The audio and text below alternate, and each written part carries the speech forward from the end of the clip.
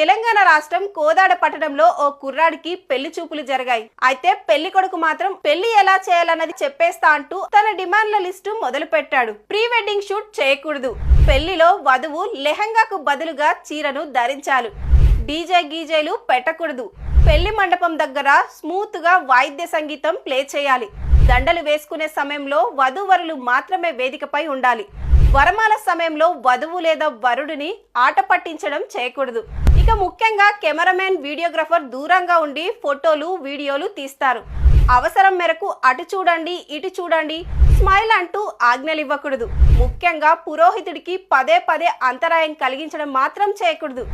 పెళ్ళంటే దేవుళ్లను సాక్షిగా పిలిపించి జరిపే కళ్యాణం, అంతేగాని సినిమా షూటింగ్ కాదు.